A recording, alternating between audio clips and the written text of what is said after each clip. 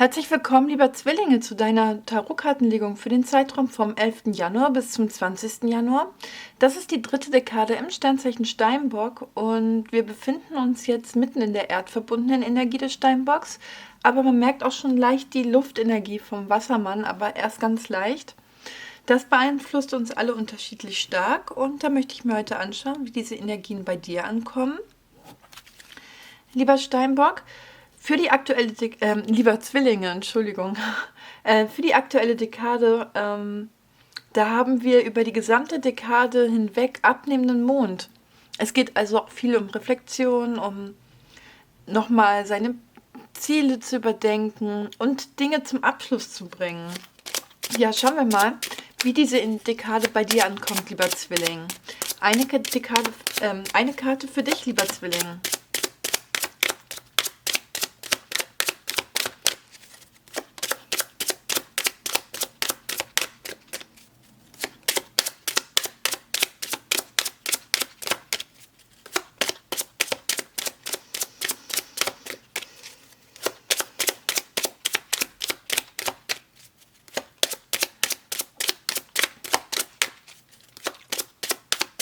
Es zeigt sich keine Karte. Komisch. Die Energien sind sehr introvertiert, sind sehr verhalten. Ah, das ist sie. Das Rad des Schicksals. Ja, jetzt könnten sich gewisse Entwicklungsstränge, gewisse Prozesse in deinem Leben zusammenfügen. Auch da sind auch Prozesse dabei, die bisher nur im Hintergrund gewirkt haben. Und du wirst es mit Auswirkungen und Kehrtwenden zu tun haben. Etwas wird nochmal einen anderen Verlauf annehmen. Etwas wird sich nochmal anders zeigen. Was aber zur Folge haben soll, dich auf den richtigen Weg zu weisen. Dich in eine gewisse Richtung zu bringen. Dich auch auf neue Ideen bringen und dir einfach dein Schicksal offenbaren, deine Bestimmung zeigen, wo das jetzt auch alles wohin die Reise weitergehen soll. Ja, wirklich eine sehr bedeutungsträchtige Karte und ja, die dir auch sehr viel Glück bringen kann. Das Glück ist auch manchmal so eine Sache, man erkennt es manchmal nicht so direkt und erst im Nachhinein wird einem klar, dass sich eine Sache auf eine bestimmte Weise entwickelt hat, kann sich hier als großes Glück im Nachhinein herausstellen. Schauen wir mal, auf welche Lebensbereiche sich das bei dir beziehen kann. Ja, die könnten auch du könntest auf der Suche in deiner Vergangenheit sein. Hier gibt es vielleicht einen Bereich in deinem Leben, welchen du schon länger nicht mehr so viel Aufmerksamkeit geschenkt hast. Vielleicht ein vergangenes Hobby, ein vergangener Wunsch, vielleicht auch ein Kontakt zu einer Person. Irgendwas möchte jetzt wieder hier mehr in deinem Leben zutage kommen und auch du möchtest das, auch du suchst danach, auch du möchtest diesem Bereich deines Lebens mehr Aufmerksamkeit schenken in dieser Dekade. Ja, und tatsächlich sagen die Karten hier, dass es wichtig für dich ist, dass du irgendwie deine Perspektive veränderst in einen bestimmten Bereich deines Lebens, dass du hier neue Ideen und Gedanken zulässt, dass hier auch eine Neubewertung dieses Bereiches stattfindet. Irgendwie gibt es hier auch eine Kommunikation mit deinem Unterbewusstsein oder von außen, ne? Wir sind ja hier beim Rad des Schicksals, was dir irgendwas sagen soll. Irgendeine Botschaft gibt es hier für dich, die zu einer Neubewertung eines Lebensbereiches führen soll, deines Lebens führen soll. Und du wirst es erfolgreich, diese neue Sichtweise, diese neuen Ideen wirst du erfolgreich in dein bisheriges Leben integrieren können und alles in eine gewisse Balance bringen können. Hier wirst du ein Gleichgewicht herstellen und vielleicht ist das genau das, was du gebraucht hast. Vielleicht geht es hier um wirklich ein Thema, was dir in der Vergangenheit irgendwie gefehlt hat. Und dich dann letztendlich, wenn du dem mehr Aufmerksamkeit schenkst und auch deine Einstellung zu diesem Lebensbereich änderst, und das dann wieder in dein Leben integrierst, was dir dann halt mehr Zufriedenheit dauerhaft schenken wird, dich vollständiger fühlen lässt. Wir schauen mal, mit welchen Herausforderungen du es zu tun hast. Ja, hier bist du mit Umstrukturierungen konfrontiert. Das kann sich halt auch sehr bereichernd im Arbeitsalltag auswirken oder in der Beziehung, im alltäglichen Leben. Hier gibt es irgendwie Abwechslung, die reinkommt, Veränderung und Umstrukturierung. Nichts Großes, mehr so kleine Sachen. Mehr so kleine Sachen, die sich sehr belebend fühlen können und dir einfach ein wenig Freiraum geben, einfach ein bisschen Abwechslung. Ein unverbindlicher Flirt zeigt sich auch mit dieser Karte. Das Interessante an dieser Karte ist, du veränderst dich und die Welt verändert sich mit dir. Die Welt wird sich deinen Vorstellungen und deinen persönlichen Wachstumsprozessen anpassen und wird sich nach dir richten. Und die Energien werden sich entspannt und leicht an dich anpassen, sich so einpendeln mit der Zeit und so diese Umstrukturierung vollziehen. Ja, eine sehr leichtlebige Zeit für dich.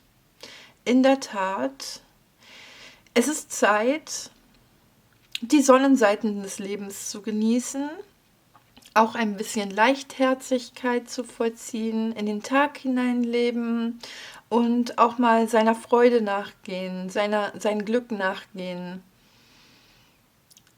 Sich auch vielleicht ein bisschen bewundern lassen, kommt mir jetzt hier so hoch. Und auch innerlich zu strahlen.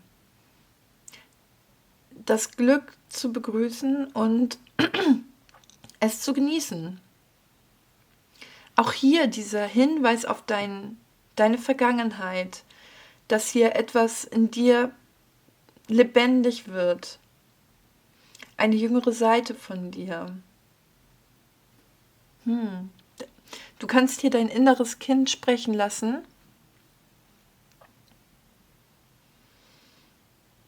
Und die Sonnenseiten des Lebens genießen. Das Schicksal. Das ist die gleiche Karte hier. Das Schicksal hat sich schon in der Vergangenheit gezeigt und wirkt jetzt auch noch nach. Es scheint mir hier ja doch eine sehr wichtige Auswirkung zu sein. Etwas, was sich neu in dein Leben ergeben hat. Etwas, was eine Kehrtwende erfahren hat. Und jetzt steigst du auf diese Veränderung mit einer gewissen Leichtigkeit ein und freust dich auch darüber. Findest das richtig gut und begrüßt diesen Wandel. Und dieser Wandel wird sich leicht, herzig, leicht an deine Situation anpassen. Es wird hier wirklich eine sehr angenehme Dekade für dich, lieber Zwilling. Hier haben wir den Turm und damit haben wir es schon mit ein bisschen tiefgreifenderen Umstrukturierungen, Umwandlungen zu tun. Dir kommt das vielleicht, diese Umstrukturierung, viel größer vor, als sie es eigentlich ist. Das könnte ich mir vorstellen. Und du bist auch bereit dafür. Du nimmst die Herausforderung an. Es könnte sich hier auch um ein gesellschaftliches Tabu oder um gesellschaftliche Konventionen handeln, gegen die du anarbeitest und die du nicht mehr in dein Leben akzeptieren möchtest, gegen die du anarbeitest. Oder andere Glaubensüberzeugungen, Gedankenstrukturen, Gedankenmuster, die dich bisher in dein Potenzial immer zurückgehalten haben, die du jetzt ganz bewusst durchbrechen kannst, mit einer gewissen Leichtigkeit sogar. Und das könnte dir auch ein Gefühl der Befreiung geben. Du könntest dich befreit fühlen durch diesen Prozess. Auch wenn es hier, je nachdem, in welcher Situation du dich jetzt konkret befindest, um wirklich große Veränderungen gehen kann. Ja. Alles einmal so auf den Kopf zu stellen.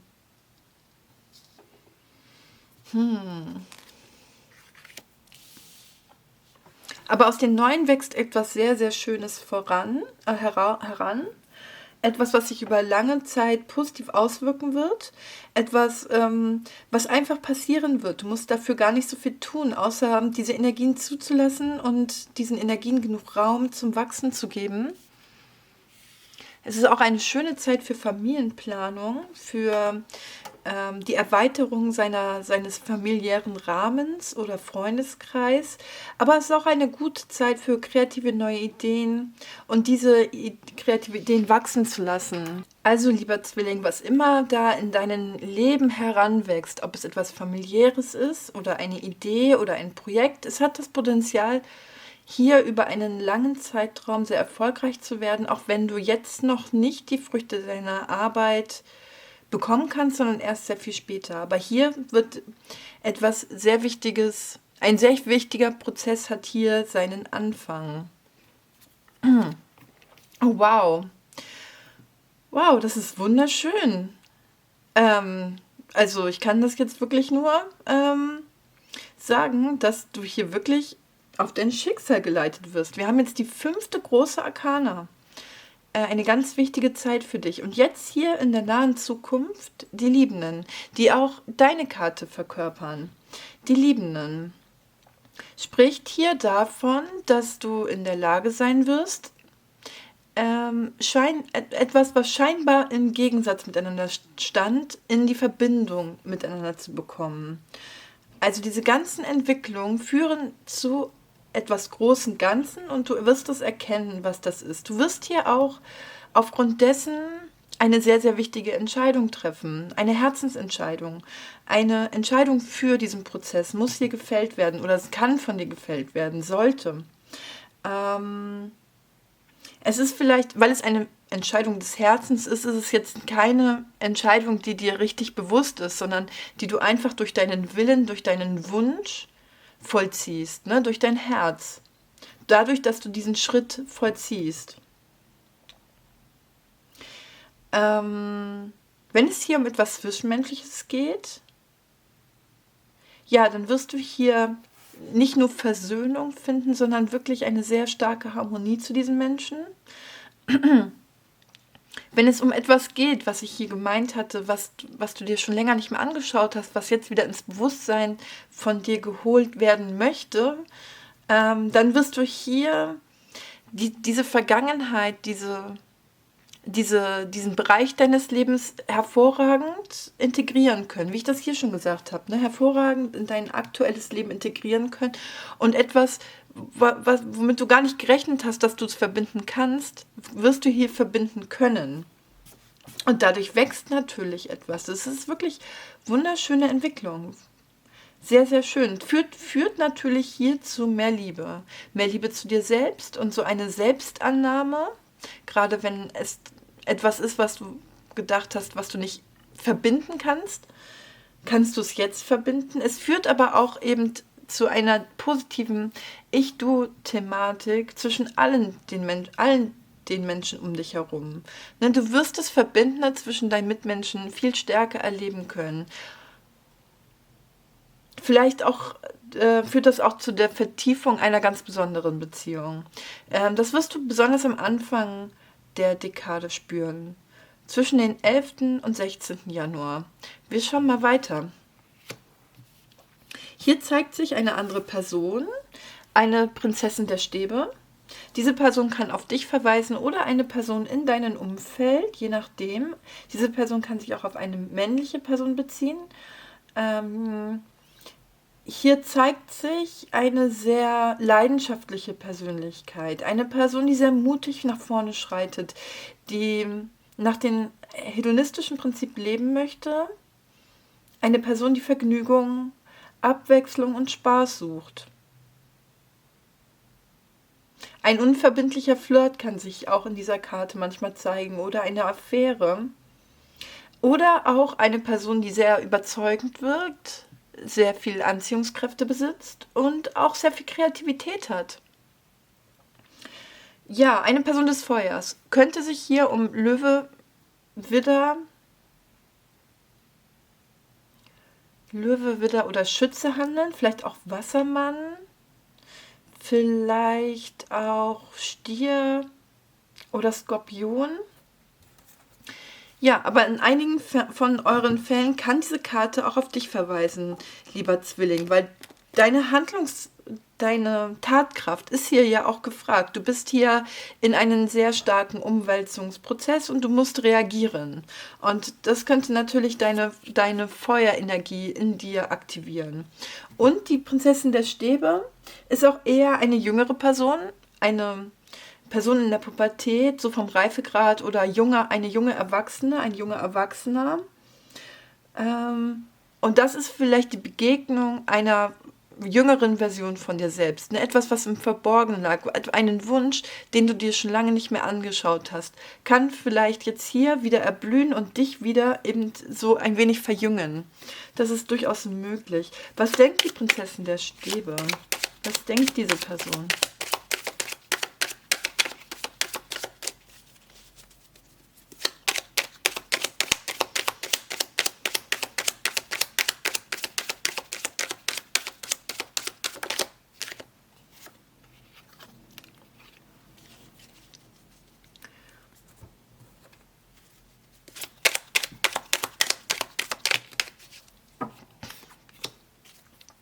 Okay, diese Person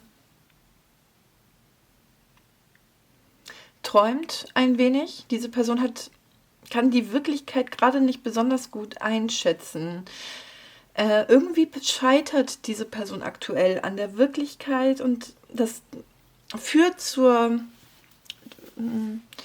führt dazu, sich entweder etwas vorzumachen oder auch, wenn man das dann erkennt, dass man an eine gewisse Grenze gestoßen ist, kann das auch zu Stagnation und dem Gefühl führen, ja, dass alles so vergebens ist, dass es nichts nützt, dass man seine Ziele und Träume nicht erfüllen kann.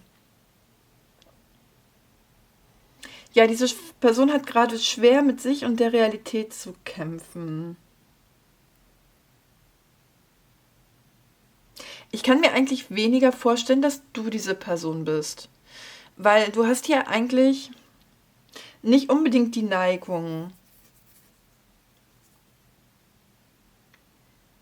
der Wahrheit nicht ins Auge blicken zu können, zu träumen. Ich sehe dich nicht als träumende Person. Aber je nachdem, um was es hier gehen könnte, ne, vielleicht Desillusion, hier geht es ja auch um Ereignisse, die von außen kommen. Vielleicht bist du zwischendurch ein wenig schockiert oder überrascht über diese Entwicklung. Und das führt dann dazu. Hier zeigt sich auch nochmal Wassermann.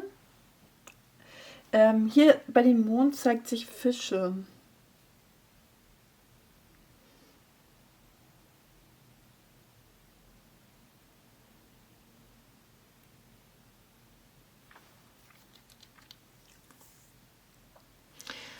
Ich bin mir gerade nicht sicher.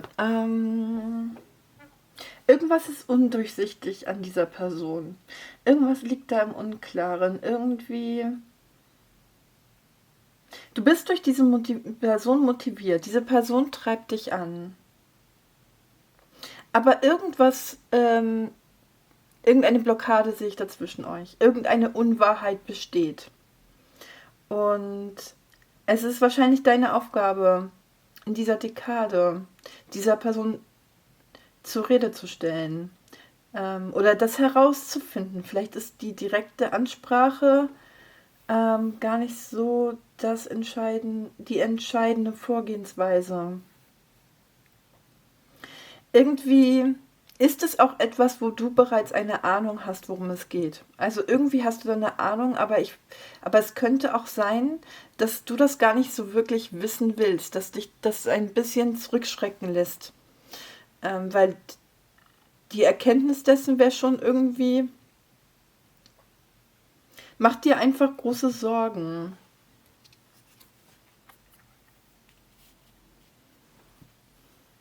In deinem privaten Leben der nah. Neuanfänge, Umstrukturierungen.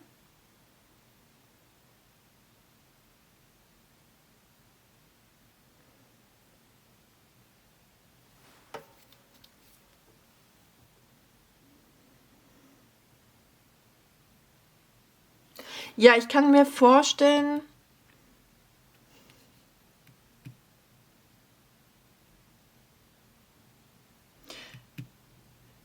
dass sich das Verhältnis mit dir zu dieser Prinzessin der Stäbe sehr stark ändern wird. Dass ihr jetzt vor einem wichtigen Schritt in eurer Verbindung seid und diese Person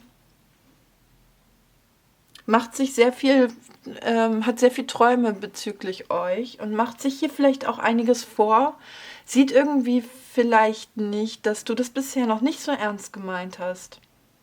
So könnte ich das hier mir so vorstellen. Aber jetzt besteht hier die Chance, die Notwendigkeit deinerseits, dass du dich hier klar positionierst. Du musst dich jetzt entscheiden, ob du dich mehr auf diese Person einlassen möchtest oder nicht. Also du findest diese Person schon toll und reizvoll und anziehend, aber ich glaube, bisher war es dir noch nicht so ernst mit dieser Person. Und jetzt ist halt die Frage, ob du diese weiteren Schritte mit dieser Person zusammengehst oder nicht.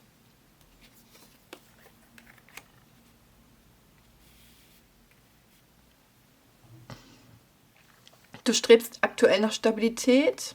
Du willst alles hier wieder ins Gleichgewicht bringen. Du willst dich auch abschotten.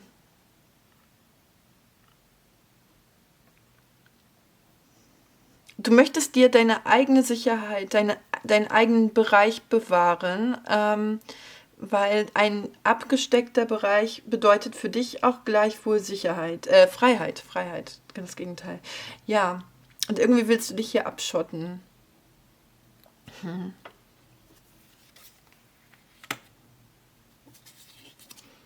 Und das Ergebnis ist der Ritter der Stäbe. Also das könnte natürlich eine reifere Version sein von dieser Prinzessin der Stäbe. Das kann natürlich sein, dass du dich für diese Person entschließt und du die gleiche Person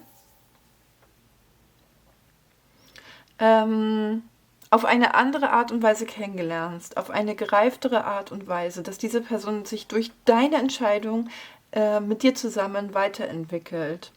Aber es könnte natürlich auch hier, es könnte sich natürlich auch hier aber auch um zwei unterschiedliche Personen handeln. Der Ritter der Stäbe steht auch manchmal für die Welt der Arbeit, für eine Vorgesetzte, für einen Chef, mit dem du dich dann auseinandersetzen könntest. Je nachdem. Das wird halt zum Ende in der Dekade passieren, ne? Zwischen den 16. und 20. Januar. Was denkt denn der Ritter der Stäbe? Achso, das ist das falsche Deck. Was denkt der Ritter der Stäbe? Huch. Schmerzhafte Einsichten. Nee, das ist die gleiche Person. Ja, und das ist nämlich die andere Seite von diesen 7 der Schwerter. Diese Person wird die Wahrheit herausfinden und wird auch verletzt davon sein. Verletzt, es hat diese Person eben dieses, vielleicht bist du auch diese Person, von der ich hier geredet habe, ne? Dann,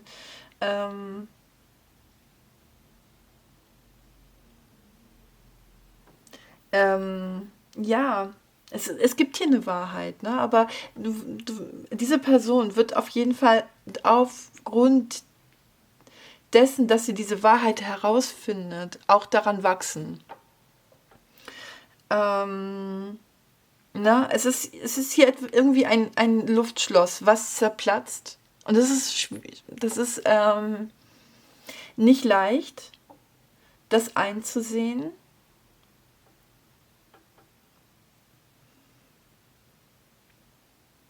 Aber ich sehe hier durch das persönliche Wachstum findet auch gleichwohl eine Heilung statt. Es kann sich hier um sehr viele unterschiedliche Dinge handeln, ne? Worin das Luftschloss bestand und was enttäuscht wird.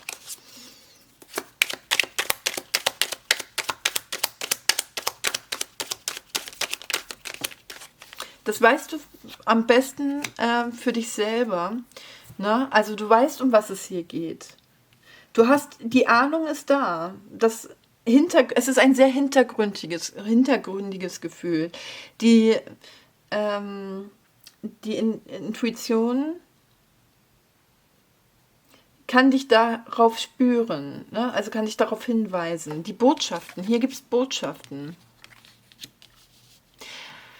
Um was es da geht. Es gibt hier auf jeden Fall eine Lüge. Wie das jetzt strukturell genau aussieht, ist unterschiedlich. Aber irgendwas gibt es, was dieser Prinzessin der Stäbe den Blick verschleiert. Und das wird diese Person herausfinden, wird darunter leiden, es wird verletzlich sein, aber diese Person wird daran wachsen. Und dann hat diese Person eben den Vorteil, dass sie die Wahrheit kennt. Und ähm, diese Person wird auch sehen, dass sie durchaus auch selbstermächtigt ist und eine eigene starke Kraft besitzt. Und dann kommt hier der Magier ins Spiel. Diese Person wird in der Lage sein, ähm, das Spiel nach ihren eigenen Regeln laufen zu lassen, ihre eigenen Vorstellungen in die Tat umzusetzen, ihre Wirklichkeit nach ihren Ermessen zu gestalten. Und das kann diese Person erst, nachdem sie diese verletzende Erfahrung gemacht hat. Ne? Weil diese Person einfach vorher diese Wirklichkeit nicht sehen konnte. Jetzt ist halt die Frage, bist du diese Person oder eine Person in deinem Umfeld? Eine Feuerperson. Oder betrifft das vielleicht euch gemeinsam? Ne? Das kann natürlich auch sein. Vielleicht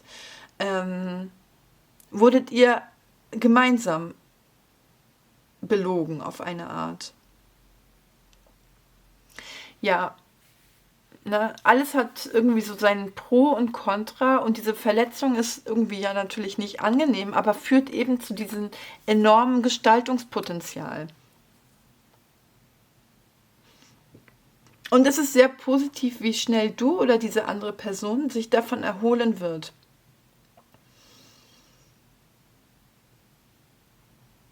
Also ich muss schon sagen, lieber Zwilling, es ist eine der interessantesten Legungen. Hatte Pro und Contra. Ich glaube, das Schönste an der Legung ist halt wirklich dieses Rad des Schicksals und die Liebenden. Und dann Magier natürlich. Es passiert hier gerade was sehr, sehr Wichtiges in dein Leben. Und du schlitterst da irgendwie durch, ne? Also, aber wirst, glaube ich, genau richtig entscheiden.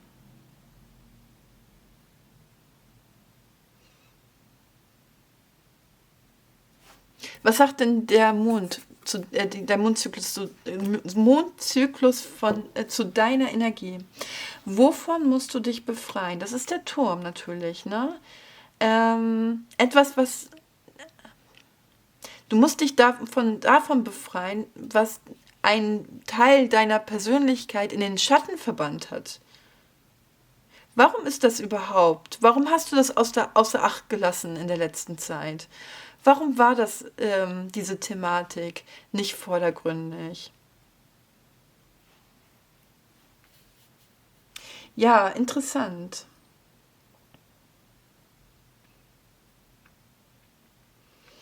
Aber so gerade dann ab dem 16. Januar wirst du hier in eine enorme starke Energie kommen, lieber Zwilling. Ich wünsche dir auf jeden Fall von Herzen alles Gute und eine spannende Dekade und vor allem, dass du diese Energien positiv für dich nutzen kannst. Von Herzen alles Gute und bis bald mal wieder. Hat dir dieses Video gefallen? Du hast aber noch offene Fragen und möchtest persönlich beraten werden? In meinem Etsy-Shop kannst du eine persönliche Legung für dich buchen. Ich freue mich auf dich.